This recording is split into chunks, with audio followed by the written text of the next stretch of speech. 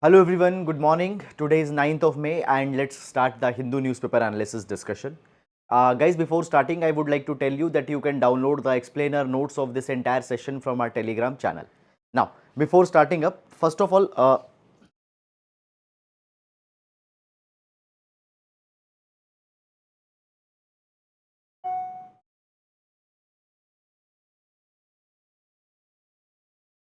okay guys, first of all, please let me know, is everything clear? Are you able to hear the voice?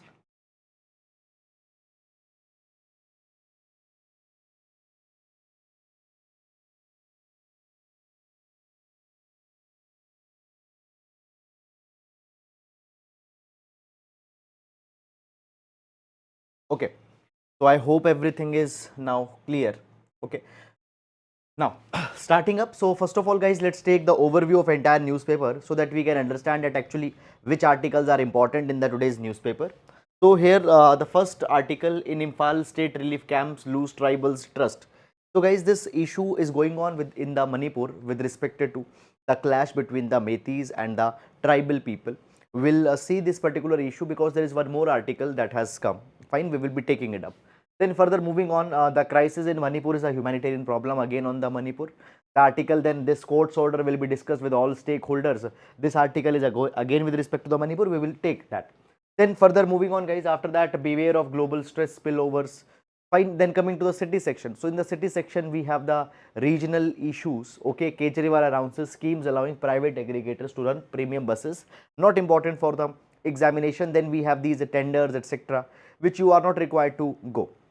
Okay, moving on guys in this particular direction, largely all the regional, political and law and order related issues are there, which are not very much important for our examination.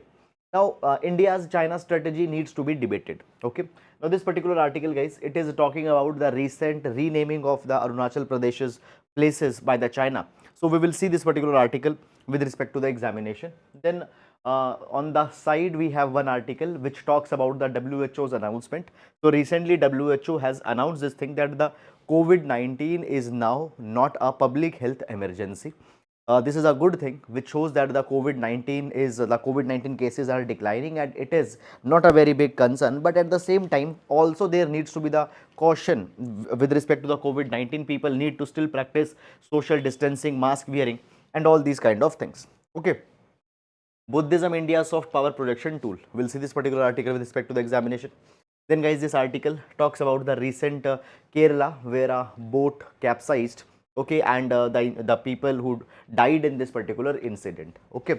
Then further moving on to the next article, the Maoists are still a threat.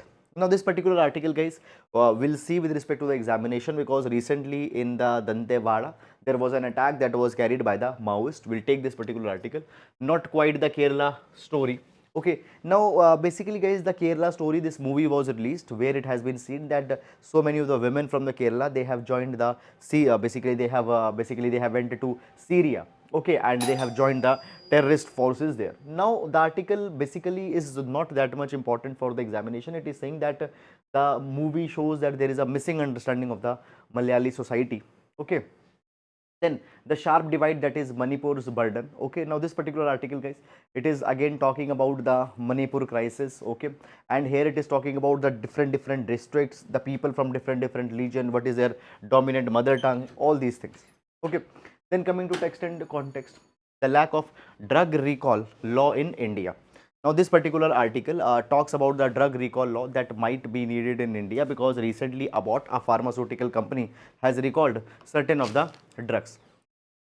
We'll see this particular article. Then what are the regulations to curtail misleading food ads? Fine, we'll see this particular article also with respect to the examination.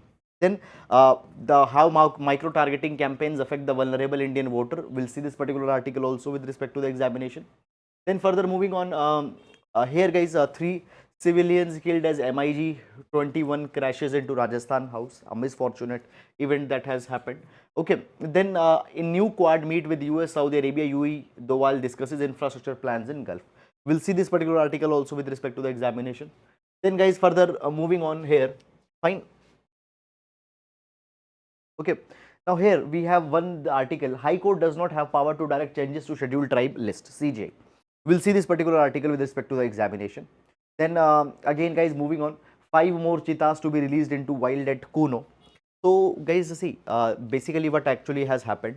So cheetahs were brought from the South Africa and Namibia. 20 cheetahs in total has been brought from South Africa and Namibia, which were to be released into the Kuno National Park in Madhya Pradesh. India had its own cheetahs, that is the Asian cheetah, but they got extincted in 1950.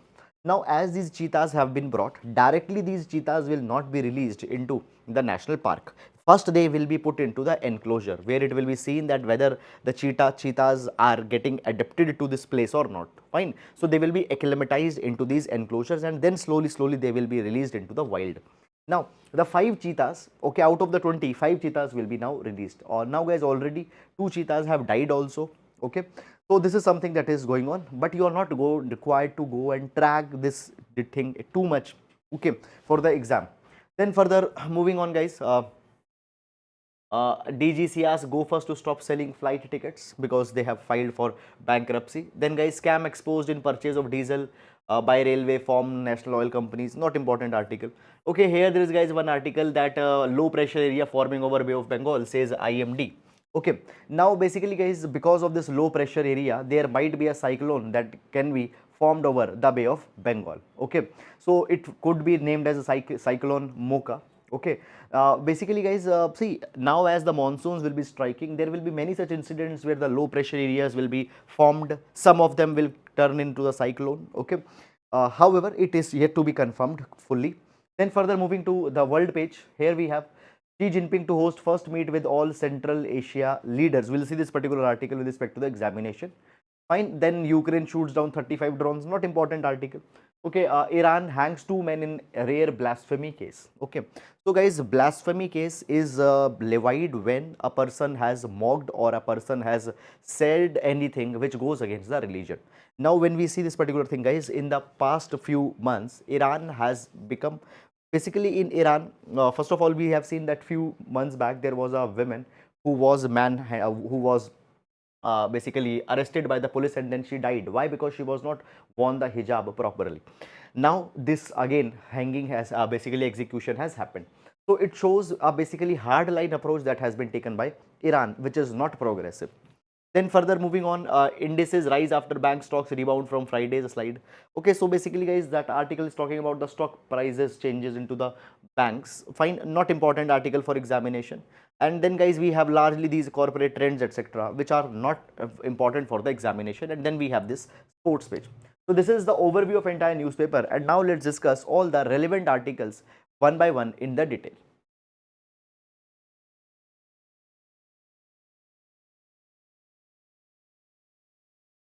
Now, moving on. So guys, in every class, we start with the GS quotation. And today, we are going to take the quotation from the Barack Obama. A minute. Today, we are going to take the GS quotation from the Barack Obama.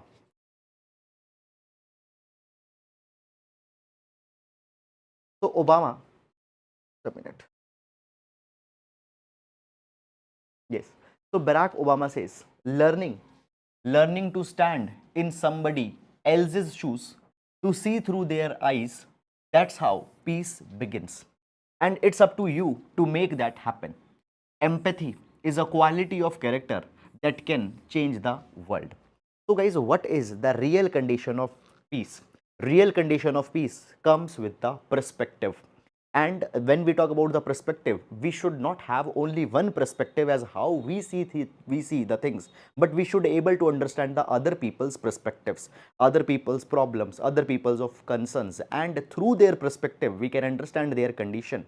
And by that particular thing, the condition of a dialogue, the condition of a mutual discussion can begin, and through that the true peace, the real peace will begin. And it is upon us that we need to change our perspective. We need to see from the shoes of the other people.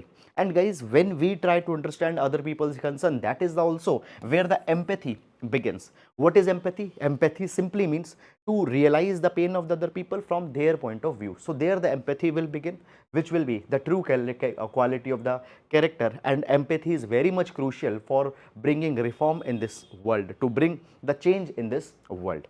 Okay, so this is the quotation from the Barack Obama, the former president of US. We can use this particular idea in GS paper number 4, in GS paper number 4 ethics, even in essay.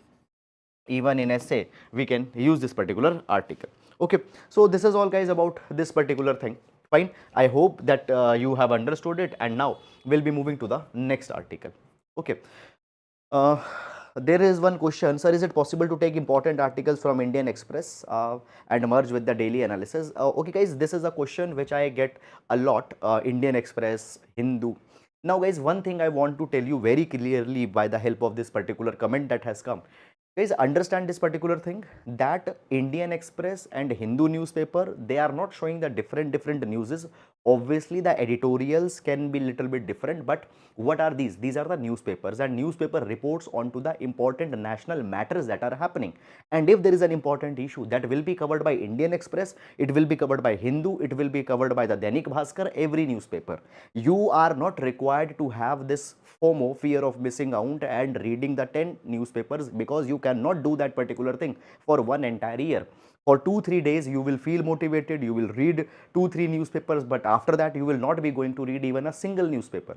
Understand this particular thing, guys. This is all rubbish that you have to read 2 newspapers, 3 newspapers. It is just utter rubbish. You need to have one source for current affairs, and you need to stick it for the entire year. You can choose the Hindu, you can choose the Indian Express. If you feel comfortable in Indian Express, just do that, don't come to the Hindu. And if you feel comfortable in Hindu, no need to go and read other articles. In the UPSC exam, you need to have a consistency for entire year, 1 year, 2 year, 3 year, where for whatever time you are giving in this preparation, you have to do the current affairs every day. Not required to go and read 2-3 newspapers, because national issues, international issues, what are the important things, they are being covered in all the newspapers. Editorials can be different, fine, but you don't have even the bandwidth to do all that particular thing, because you have your optional also, you have your GS static part also, CSET is also to be taken care of, answer writing is also there. Fine, you need to give only 1 to 2 hours of maximum every day into the current affairs, even not 2 hours, 90 minutes to max. And for that particular thing, first of all, we need to correct our approach. So choose one source and stick to that. Okay, why we take the Hindu? Because the Hindu happens to be one of the most authentic one, and secondly, in Indian Express earlier there was one explained section that used to come, which was not there in the Hindu, but now with the addition of this text and context, that particular thing has also been taken care of. So guys, I hope that you understood this particular thing, and why it is very much important, because aspirants most of the time, because of this particular form of fear of missing out that they have, they spoil their preparations and wasting so much of the time. So please don't waste too much of time. Use that in building the command on your optional essay and ethics, because that is the place from where you will be able to get the maximum chunk of marks. Okay, now starting up with this particular article, the lack of a drug recall law in India. We'll see this particular article, guys, with respect to GS paper number 2, developmental issues. GS paper number 2, developmental issues. Now, what is this particular article, guys, is all about? So basically, the article talks about that recently Abbott. Now, Abbott is a very big pharmaceutical, multinational pharmaceutical company. It has recalled some of the drugs from the market. Why? Because these drugs were wrongly labeled. So these was the mislabeled drugs. They have been recalled back. And we see this particular thing that in Europe, in the developed countries such as the USA, this is quite a common thing. This is quite a common thing. Fine. So this is quite a common thing that in the developed countries, often these pharmaceutical companies, they are recalling their drug back. Sometimes because of a substandard salt that was used into the drug. Sometimes mislabeled drug are there. Sometimes there are some other kind of a quality control fails that were there in the manufacturing, and now the drugs are being called back. But in India, we don't find such kind of a thing. Neither the foreign pharmaceutical companies nor the Indian pharmaceutical companies, they are not calling back the drugs. This is the issue. Now, why such kind of thing is there? We are going to understand this in this particular article. First of all, guys, see this particular thing that India from a very long period of time has proposed that we also need to come out with a law by which the pharmaceutical companies will be obliged to recall back the substandard or inferior quality of drugs. And since 1976 the discussions are going on and multiple rounds of discussion has happened, but up till now no such law has been passed in India. Now basically guys, when we talk about the CDSO, okay, Central Drug Standard Control Organization, CDSO, it has issued certain guidelines for recalling the substandard kind of drugs, but it doesn't enjoys the force of a law, and actually it has not gone properly implemented till now. So the the recall of substandard drugs is not there. Now what can be the reasons? What can be the reasons that it's not there? So guys, there can be three major reasons that why we are not going in this particular capacity. Reason number one, see, there is kind of an apathy. Apathy means a sense of indifference. There is apathy, there is a sense of indifference. Nobody is really concerned about this particular issue. Second is there is a lack of expertise. Now guys, understand this particular thing. If the drugs are to be recalled, there needs to be a reason why you are recalling a drug. Because some labeling issue, because of some manufacturing defect, because of some substandard salt that was used. But for that particular thing, there needs to be expertise of investigation that whether the drugs that are being manufactured in India, they are following the due process or not. But that particular expertise we don't have. Then second is basically guys, when we talk about India, India always positions itself as the pharmacy to the world. We are the world's largest generic drug manufacturer. So the growth of the pharmaceutical industry is more important. And now understand this thing. If we come out with this law to recall medicines, and if we are pressurizing the manufacturers that you need to recall this drug, you need to recall this drug because here there was some problem in manufacturing, here you have used the substandard salt, what will happen? It will hamper the growth of these particular industries, and that is something very important. So actually what has happened, government is giving more importance to the growth of these pharmaceutical industries rather than protecting the public health. So therefore this thing is not coming. Then second factor that is there, that why we are not coming out with the law to recall the defective drugs, it is because of a highly fragmented regulatory structure that we have in India. Now understand this particular thing guys. We have a drug controller at the level of center, then we have the state drug controllers in every state. Now understand this particular thing. Suppose a drug has been sold in, let's say a drug has been manufactured and that particular drug was sold principally in the state of Rajasthan. Very easily, very conveniently, that particular drug could go in Haryana, it could go in Punjab, it could go in some other states by the wholesalers, by the retailers that are there. Okay. Now understand this particular thing. If you have to recall defective drugs, there need to be a central authority. This central authority will give the responsibility to a company that you have to recall all the drugs, and this central authority will ask the accountability from this company whose drug have to be recalled. But in India, we don't have one central authority, rather every state have drug regulators, and bringing on all of them on the table, it becomes a really difficult task. Okay, so basically, what is the problem? We have a highly fragmented regulatory structure. Each state have its own drug regulator. We need a and because of that, many number of times drugs are passing from one state to another state. We need a centralized authority, but that thing will not be basically states will also not be allowing that particular thing. Fine, because it will be said that our powers are being centralized by the government. Then the third possible reason that why such thing is not coming is that basically guys, when we talk about this law, this law has to be publicized, and whenever a particular drug is being recalled, that particular thing will be put into the public media, it will be published in the newspapers, all such kind of things. Even public has to be sensitized that not to consume this particular drug because we are recalling it back. Now this particular thing guys might bring to the public attention the state of affairs in India's pharmaceutical industry. Then YouTubers will make a video on that, then the news agencies will flag this particular news that okay, substandard drugs are being sold. The perception of the pharmaceutical industry will get impacted, and even the government will be also be questioned that how in your regime such kind of things are happening. So therefore nobody is going on this particular thing. They are not opening this Pandora's box so that all these problems don't come. So therefore nobody is really concerned on this particular aspect. Okay, so guys, I hope that you have understood it. And now moving to the next article. how micro-targeting campaigns affect the vulnerable Indian voter. Now, this particular article, guys, we'll see with respect to the GS paper number 2, issues related to election, and GS paper number 3, fine, cyber technologies and the issues. Cyber technologies and the issues related to the cyber technologies. Now, before going in this particular article, let me give you some of the background information. So guys, understand this particular thing, that the most important pillar or the core pillar of a democracy is free, fair and transparent elections. Elections are the weapon, elections and the vote are the weapon for the citizens by which they can hold the government accountable. And the right to vote is the only thing and the most important thing which makes a democracy as the most effective political system.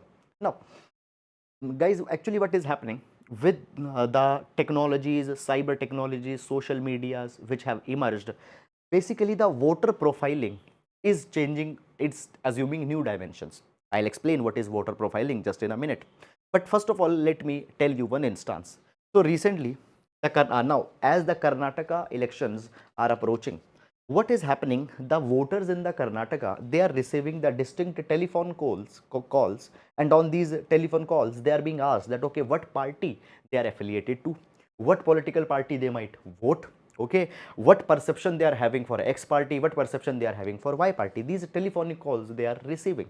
Now one problem that comes out of this is that how basically how the government is having so much of data that they are reaching to the public, how they have telephone numbers, how they have their telephone numbers, and why or how this micro targeting is happening, who had given the permission to the political parties that they actually can call and can ask that where you are going to vote, and how that data they got. Okay, moreover guys, if I tell you what actually happened just a few years back, so in 2016 when Donald Trump was contesting the election, there was one big controversy that came to the limelight. What actually happened? So there was this firm by the name of Cambridge Analytica. Cambridge Analytica. Fine. Now what this Cambridge Analytica did? So this is a data mining firm. What they did? Basically, they the voters of the USA, they have to vote, fine, because 2016 presidential elections are to happen. Now Cambridge Analytica, it profiled, basically it went on the Facebook and it mined the data of the different users, American voters on the Facebook. And by seeing the everybody's Facebook profile, they make a kind of a, they did a psychological mapping of the voters. What is the psychological mapping? Now see this thing. Every person on the Facebook, they will have a particular type of likes, particular type of post they are liking, particular type of pages they have liked, particular type of interactions they are doing. On this particular basis, you can tell that okay, what type of a personality that particular person is. So what this Cambridge Analytica did, it mined a lot of data from the Facebook, data of the American voters, and they make the psychological profile of every voter, that what they like, what they don't like, what they will be attracted to, what they will not be attracted to. And on the basis of that particular psychological profile, every voter was given a particular, was shown a particular customized campaign. A customized campaign was done and it was shown to them, so that these voters could be influenced towards a particular political party. This is something that is happening. So this Cambridge Analytica controversy became very much big. Now guys, since then different political parties have went in this particular direction. Now guys, when we talk about India also, today the political parties, what they are doing, today political parties, what they are doing, they are going on micro campaigning. They are going on micro campaigning. Micro campaigning means that now the mass is not important, rather every voter is important. We'll go to that voter, we'll try to understand this voter's preferences, and on that particular basis we will create our campaign for this particular person. So micro campaigning is happening today, and this micro campaigning has become very much possible due to the social media. Now guys, understand this thing. Before I prepare a campaign, before I prepare a particular campaign for you, I need to know about your likes, about your preferences, and in a way I need to fetch the data about you. So what is I am doing? I am fetching a lot of your data. Now is it really allowed to me? Am I not breaching your right to privacy? Am I not breaching your data privacy? Fine. Now understand, in India, we don't have up till now the data protection law. In 2019, data protection bill was floated. This particular bill has taken back in 2022 by the government, and new data protection bill has come. But actually till now, we don't have any data protection law. Though the Puttaswamy judgment of Supreme Court declared that the right to privacy is a fundamental right, but a proper law is not there. And in the absence of this particular law, what is happening? The political parties, they are profiling our data, and on that particular basis, they are influencing us. Okay, now it is the breach of, and there is also the breach of the data of the voters that is happening. Okay, now guys, when we talk about the present day, so earlier when we talk about the elections in 1980s and 1990s,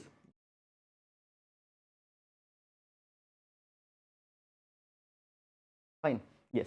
So when we talk about the elections in 1980s and 1990s, there was focus on the mass issues. Okay, poverty is a mass issue, education is a mass issue, but now what is happening? The campaign is being designed on the individual lines. Fine, there are the tailor-made messages that are being given, tailor-made telephonic calls that are being given to the people. But before doing that, they mine your data. Before doing that particular thing, they make your psychological profile, and your psychological profile is made on the basis of the information they are having about you, the data that they are having about you. Now the central question is that how political parties are doing that thing. They are doing this particular thing because there is the absence of law. There is an absence of a specific law. Now this situation is not particularly problematic in India, rather in United States, European countries, they all are equally affected with this micro targeting of the people on the basis of their data that is being collected. Okay, now basically, what are the problem with respect to this particular exercise? The problem or the concerns that we have is we don't know what kind of data is being collected by these political parties. We don't know the manner in which voters are being profiled, whether just your social media profiles are being captured, whether your, or what type of data is being profiled, how the voters data is being profiled, how transparent this process is. Okay, what is the role of Google, Facebook in this particular data profiling? Nobody knows that thing. Because of this particular thing, US and Brazil, they also held the Cambridge Analytica guilty of employing illegal practices. Now guys, in India or in everywhere, what is happening? The autonomy of the voter is actually undermined. The autonomy of voter means voter on his or her own wisdom, his or her own assessment will vote. But is it really happening? No. You are not voting on your individual assessment, your rationality, logicality, but you are getting influenced all the time by the targeted social media campaigns. And in this particular way, your voting behavior is being manipulated. So therefore, at the end of the day, the autonomy of the voter is under threat. Okay. So this is something that is happening. And guys, understand this thing. Who will have the control over the data? Who will have the control over the data? Okay, that person is going to win the election. That particular person is going to form the have the political influence and all such kind of things. Fine. So this is guys all about this particular article. I hope you have understood it. And now moving to the next article. What are the regulations to curtail misleading food ads? What are the regulations to curtail misleading food ads? Okay, we'll see this particular article with respect to GS paper number 2, developmental issues and issues related to the public health. Issues related to public health. Now, let's see what the article is actually talking about. So basically, guys, what actually has happened? Recently, FSSAI has filed a complaint against a food company selling a particular food product. Now, understand this thing. This is very common that there are so many of the food violations that happened. What actually happens? See, when we talk about the regulation of the food products in India, first of all, FSSAI, that is the Food Safety and Standard. Just a minute. Okay.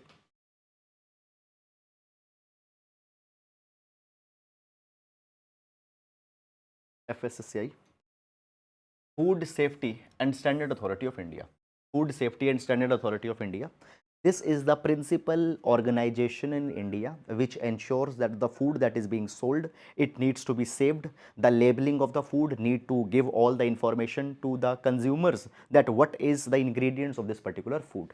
So recently what has happened, the FSSAI, it has flagged 32 cases of the food business operators, where the food business operators, food companies are selling the food by putting the misplaced claims on the food. Now what is a misplaced claim? I will give you one example.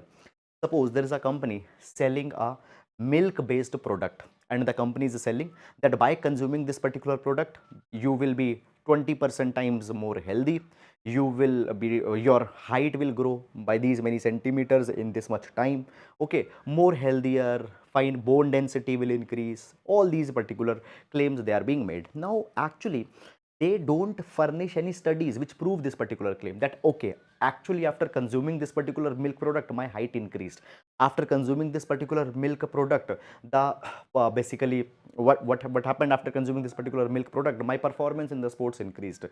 There are no studies, just out of the random they are giving these particular claims, they are showing these in advertisement. This is a kind of a malpractice, and food safety the FSSAI, Food Safety and Standard Authority of India, has filed the 32 complaints against this. Okay, so now in this particular article guys, we are going to understand that how these misleading claims are made and what are all the issues related to that.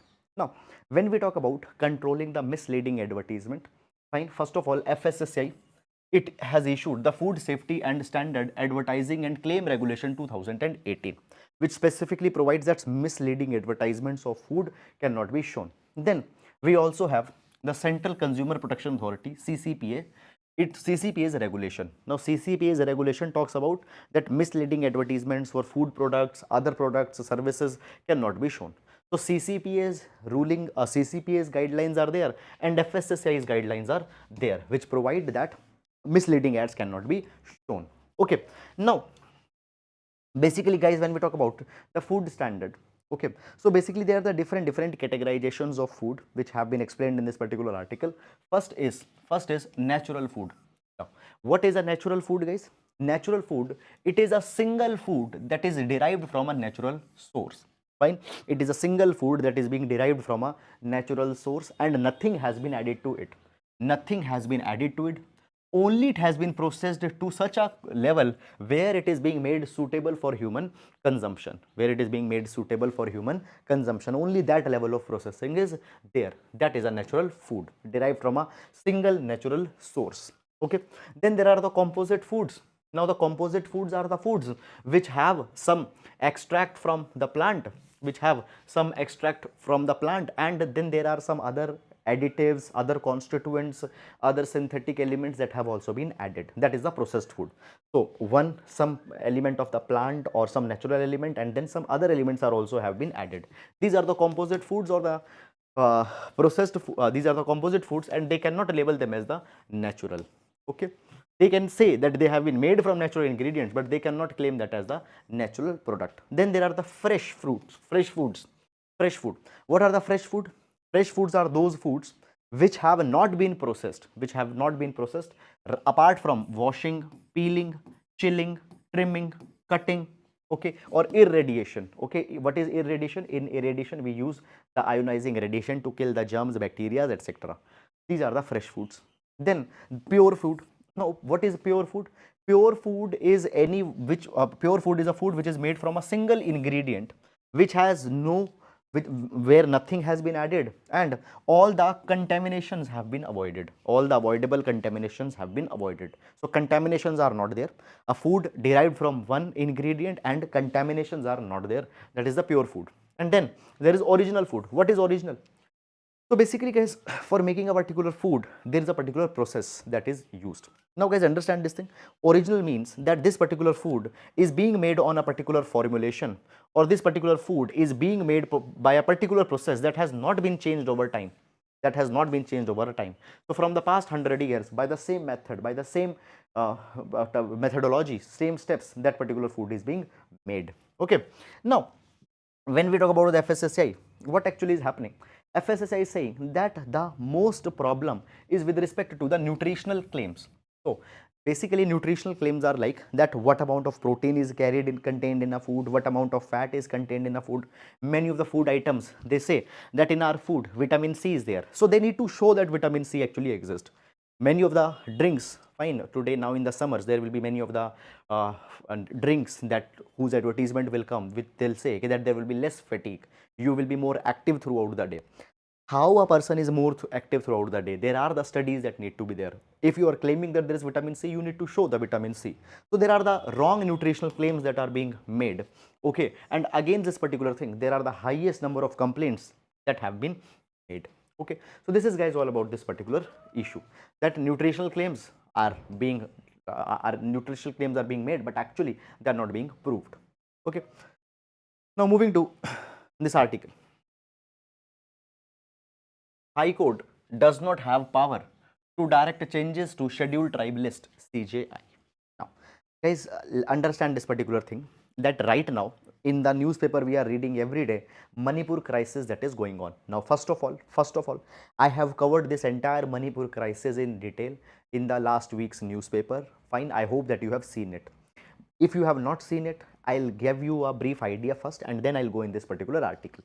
So guys, when we talk about the Manipur, in the state of Manipur, on all the sides there are the hills. On all the sides there are the hills, and in between there is the Imphal Valley.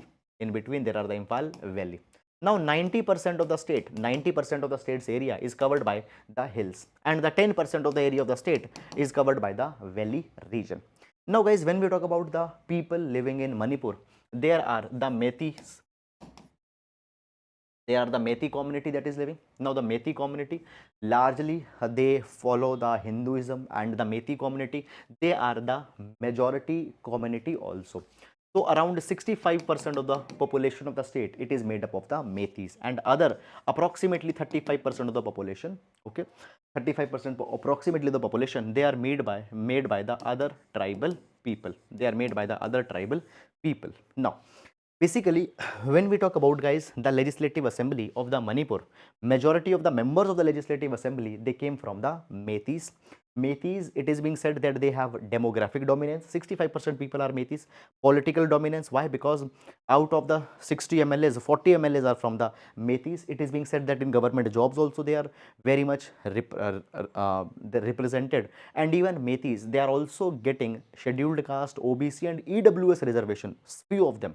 In the Metis, few of them are getting the SC, OBC and EWS benefits also. Now, the Metis, they have demanded that they should be given the scheduled tribe status. They should be given the scheduled tribe status. And for that particular thing, what happened? They approached to the High Court of Manipur. They approached to the High Court of Manipur. And High Court of Manipur has directed the government that yes, High Court of Manipur has directed the government that yes, the Metis can be given the ST status. Okay, since then Metis are saying that now the Manipur High Court has also allowed us to get the ST status, so government should come and give it. Now, because of this particular thing, the other tribal people of the Manipur, they feel threatened, that they see that they are educationally advanced, they are economically advanced, politically they are also empowered, and by this particular thing Metis will become even more dominant. So the other tribals, they came out in a protest. They said the Metis should not be given the ST status. And as they came out the protest, then there are the clashes that happened in the Manipur. Okay, so this is the entire Manipur clash that is going on. Now, basically what has happened, Chief Justice of India, Justice D.Y. Chandrachud, has questioned that how the Manipur High Court came out with this particular ruling that the Metis can be given the ST status. Now, the CJI, Chief Justice of India, had said this particular thing, that actually there is already a judgment of 2000 that is there, and this particular judgment very clearly provides that a tribunal or a high court cannot recommend which community will be added to ST list, which community is to be removed from the ST list. So what the CJI says that the state government or the courts or the tribunals, they don't have the authority or any other authority, they cannot modify, amend or alter the list of the ST tribes. That particular thing can only be done under the Article 342. Okay, so there is a process under Article 342 by which the ST list can be amended. Courts cannot do that, tribunals cannot do that, neither they can recommend that. Okay, so there is this case, State of Maharashtra versus Milind. In this particular, now this judgment is from 2000. This judgment very clearly provided that tribunal, court or the state government, they cannot amend the ST list. That has to be done by the presidential. See, basically what will happen? The state will send the matter to the Ministry of Tribal Affairs. Then that matter will go to the Registrar General. Then finally the president will give their decision. Then that particular matter will be passed into the parliament. Okay, so there is a different process. Courts cannot recommend. Fine. So how Manipur High Court did that particular thing? So this is, guys, the entire issue. I hope that you have understood it. And now moving to the next article. India's China strategy needs to be debated. India's China strategy needs to be debated. Now this particular article, guys, a minute.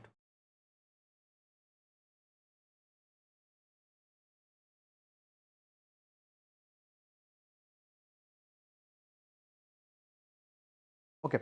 Now this particular article, guys, we'll see with respect to the GS paper number 2.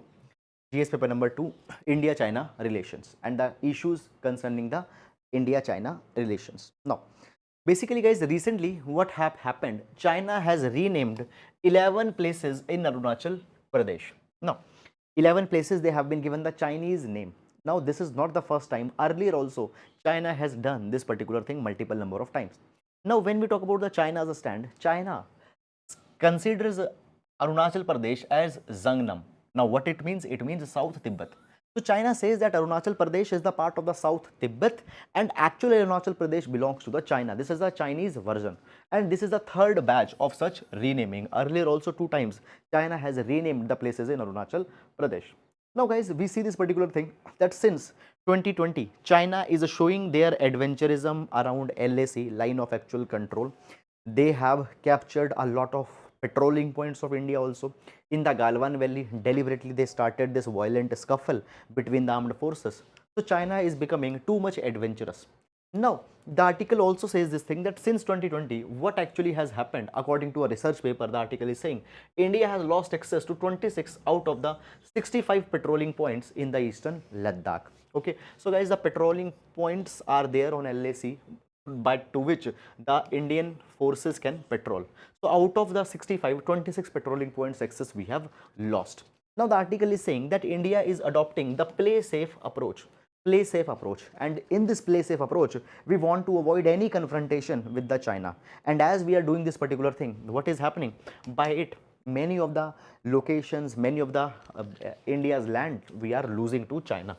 Now the article saying that actually there are few reasons that why India is not entertaining China, why India is avoiding China. Number one reason is that growing power differential between China and India. Power differential has grown so much and India wants to avoid any such confrontation with the China because of this power gap that has come. Second thing is that there is uncertainty about the strategic actions of a major power such as USA. Now see, if suppose we started any confrontation with the China, will US come to the help of India? Fine. We don't have a certainty in this particular capacity. Then the next is pressure from the Indian business interest. Now basically, guys, India China, there is a lot of trade that happens between two, and between the India China, the trade have crossed $100 billion mark, and a lot of Indian business, they depend from the imports coming from China, and any confrontation will not be good for economy business. So therefore Indian businessmen have a pressure. Then a lack of consensus within the various ministries of the government. Okay, and then they say that there is also the lack of political will because the government has become hyper nationalist and image conscious. And if we started any confrontation with China and if we faced a kind of a basically, if the things don't work in Indian favor, then India's image will be impacted and the government is very image consciousness. Because of these particular things, we are not moving forward with the China, which the article says is not a very correct kind of a strategy. So it is saying that India is missing an opportunity to loudly raise the matters of our own national interest when China is breaching our lands. We are missing that opportunity. We should not do that. Okay. So this is what the article talks about. Now moving to the next article, Buddhism, India's soft power projection tool. Now basically, guys, when we talk about this particular article, we'll see with respect to the GS paper number 2. GS paper number 2, international relation. Now before starting this particular article, guys, I would like to ask you that what do you understand by the word power? What is power? Power is one's ability to influence to influence the other people's actions, to influence other people's behavior. That ability is power. Now, power can be hard power. I can influence other people's behavior by showing them a gun. It can be an economic power. I can influence other people's behavior by giving them money. Or third, it can be soft power. Okay, the soft power is the power of attraction, the power of one's aura. Now, suppose a person respects me a lot, and by the respect that I command, I say that person that please do this. The person's behavior is modified, is influenced. That is also a power. That is soft power. Now, countries today project a lot of soft power. Now, India's art, India's culture, India's yoga, Ayurveda, they all are the pillars of India's soft power. India's diversity is a pillar of India's soft power. Out of all these pillars, Buddhism also happens to be a very important India's soft power. And guys, why? And we basically see, guys, this thing that when we talk about the Buddhist population, many of the South Asian countries, they have a very large Buddhist population. Even the Western countries also, the Buddhist population is has been there, not very much, but it is still there. So by the Buddhism, we are trying to attract many of the countries. Okay. Now, recently, what actually has happened? India hosted the 2-day Global Buddhist Summit. Okay, this Global Buddhist Summit was held in New Delhi by organized by Ministry of Culture, International Buddhist Confederation, and the theme of this particular conference was response to contemporary challenges, philosophy to praxis, philosophy to praxis. So this was the Buddhist summit that was organized by the New Delhi, India. And why this particular thing? What we are doing? We are attracting the Buddhist population around the world, the Buddhist countries. We are attracting them. And here we also shown that morality is actually the ultimate guiding principle in international politics. And India being the land of Buddha, India being land of the Gandhiji, Shri Mahavirji, we always are the ambassadors of morality. And in our Indian foreign policy also, the morality has also been there. Every country should understand. We are trying to project this particular kind of an impression. Now, the article says this particular thing, that Indian government from the past few years is actively investing in Buddhist diplomacy. For example, we are promoting the Buddhist tourism. We have established Buddhist tourist circuits. Even the government says that their present ideology. See, in the foreign policy, it says that out of the 5 principles of the foreign policy, there is Sanskrit evam sabhyata, Sanskriti evam sabhyata that will be followed. That is cultural and civilization links. And Sanskriti evam sabhyata, it has also been highlighted in this recent Buddhist summit that actually has happened. Now, as India is projecting Buddhism as the soft power tool, China is also competing with India. China is also competing with India. But India always has an advantage. Why? Because Buddhism got originated in India. But actually, if we see, though Buddhism got originated in India, but we facing a lot of struggle in attracting the tourists. Many of Buddhist tourists, what they are doing? They are going to Thailand, Cambodia. India has failed to attract them, though we have many important sites such as Bodh Gaya, Sarnath, Kushinagar, etc. Now, what is happening? What is happening? India is further now again is reinforcing its image of the responsible power. Again, guys, India is projecting itself that there are the civilizational ties, there are cultural ties between the different nations that we have. So on the basis of civilizational cultural ties that we are having the different nations, we are trying to create a new basically by that particular thing we are attracting these particular countries. Now, how further we can strengthen the Buddhist diplomacy of India? Now, there are many suggestions that have been given which India should take to promote the Buddhist diplomacy. Now, what are these steps? One by one we will see. Now, number one, we should use the Indian Council of Cultural Relation, which can promote the Buddhism and which can promote the activities related to the Buddhism in the other countries outside the India. Then secondly, it is saying that India should also work to strengthen its ties with the key Buddhist institutions and leaders around the world. Okay. Then we should also utilize the Bollywood. Now see, basically when we talk about, guys, the China has utilized the influence of the Hollywood. Now, in many of the Hollywood movies, when the Buddhism, any such Buddhist tradition is to be shown, it is shown that it is originating from China. So, we should also use our Buddhism, our Bollywood to promote the Buddhism and the links that the Buddhism is having from India. And then, lastly, India is leading the G20 presidency this year. And India, as being the president of the G20, can use to promote Buddhist diplomacy on a bigger scale. Here, so these are certain steps that India should take to promote the Buddhism. Fine. Now moving to the next article.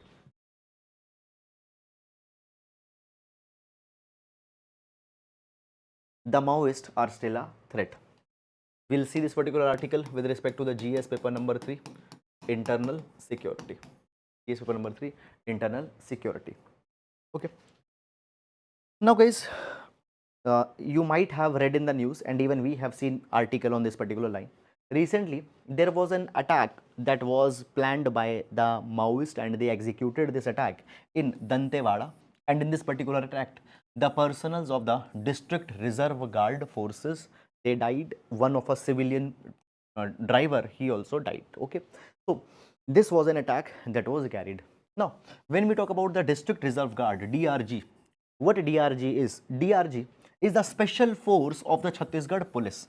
This particular force was formed in 2008, and largely the local tribal people have been recruited in this DRG force.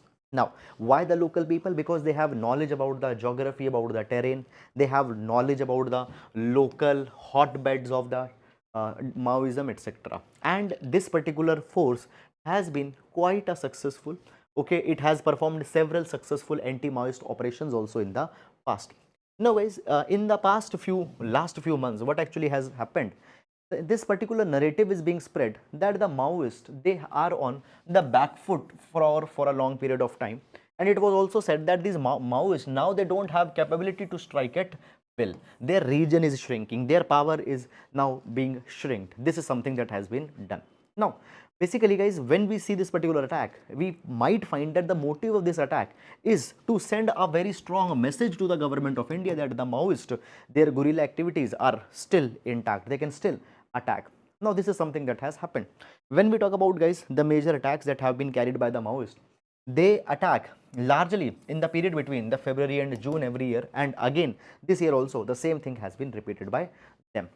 Now, the article is saying that these attacks are also increasing because there is a deficiency in the police forces in the states where the Maoist is a very big concern. Now, here if we take the data from the Bureau of Police Research and Development, it says that state police forces where the Maoism is there, fine, it is being said that the state police cadres where left-wing extremism is prevailing, there are 24.4% vacancies. So 24.4% vacancies because of that particular thing. Because of this particular thing, police to population ratio declines, and because there will be not adequate number of policemen, there will not be adequate number of enforcement forces personnel. So Maoist will attack. Fine, these attacks will increase. Now see this thing, Maoist space is constantly shrinking. Okay, and this particular attack is being treated also as an attack of desperation. Their places are shrinking, their basically they are being declared as how to put that, their places are shrinking and they are feeling a sense of becoming minuscule. Okay, and it is being said that out of desperation they have attacked, but it would become a complicancy. Just we not to see it as an attack of desperation, rather it could also be the part of their well planned strategy, and therefore the response by the police forces need to be increased. Okay, now this incident also calls for deeper reflection and discontentment in the tribal people that is there. Now guys, the article is also saying that government also needs to focus on building the perception. A perception management also needs to be focused by the government. What the article is saying? Article is saying that the government is working on a lot of projects. For example, there are the road projects, road construction that is being done into the Bastar. Government says that these projects will enhance the reach of the security forces. Now understand, rather than saying that it will increase the reach of the security forces, it should be said that these projects are being made to improve the ease of life of the local population. For improving the ease of living for the local population, these projects are being made. This is the way these projects should be presented. Okay, so that is all guys about this particular article, and now moving to the next article. In new Quad meet with US, Saudi Arabia, UAE, Doval discusses infrastructure plans in Gulf.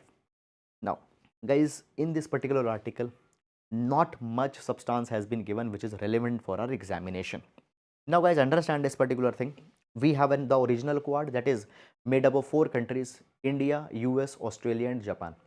Then it was said that I2U2 is also a type of the Western Asian Quad. I2U2 stands for 4 countries, that is India, India, Israel, US, UAE. Now it is being said that one more Quad is emerging in the West Asian region, again made up of 4 countries, that is the USA, Saudi Arabia, UAE and India. Now guys, understand this thing. Recently what has happened, this is being called as another Quad in West Asia. So recently the meet of US, Saudi Arabia, UAE, fine, it was the meet of the national security advisors of these 4 countries was organized recently in the Saudi Arabia. Okay. Now here what actually has happened, the countries has said that they have to work for enhancing the growth stability in the region, for enhancing the growth stability in the region. Okay, what USA has said, USA has said that we want to advance the shared vision of more secure and prosperous Middle East. Now guys, understand this particular thing, that whenever you talk about these organizations, they will have a common repertoire, they will have a common terminologies that they will use always. For example, rule based order, prosperity, rule based order and prosperity, infrastructure, fine, counter terrorism, fine. So the same things have been repeated. Now further guys, this particular article is largely containing the itinerary of the leaders, that when Mr. Prime Minister is going to visit Hiroshima, when he is going to visit USA, that itinerary largely has been given in this particular article. One thing is guys, that such meets will happen throughout the year. Throughout the year there will be the hundreds of such meet will happen. You are not required to track every such meet, fine. Just why? Because guys, by the time you will be writing your exam, there will be many more new developments that have happened. These just meets and these comments will become old and they don't are that much important for exam. So if any project is being, or if any new agreement is coming out, new declaration is coming out, that is something that you need to see. Now moving to the next article. Now guys, Xi Jinping to host first meet with all Central Asian leaders. So guys, the China is hosting the meet with the Central Asian leaders. Kazakhstan, Kyrgyzstan, Tajikistan, Turkmenistan, Uzbekistan, they are expected to participate in this China Central Asia Summit. Now this particular summit will be organized on 18th and the 19th May. Okay, so on 18th and 19th May it will be hosted. Now guys, this is the region which is very much important for the energy security of China, and therefore China is try to build the deep relations. And we have also seen this thing, that China, before becoming the regional hegemon, China wants to project itself as the one who is the major diplomatic power. So this is also one attempt of the China. However, the meet will happen, I told you, on 18th and 19th May. So when it will happen, and if some important agreement come out of that, then that you need to see that. Okay. Now,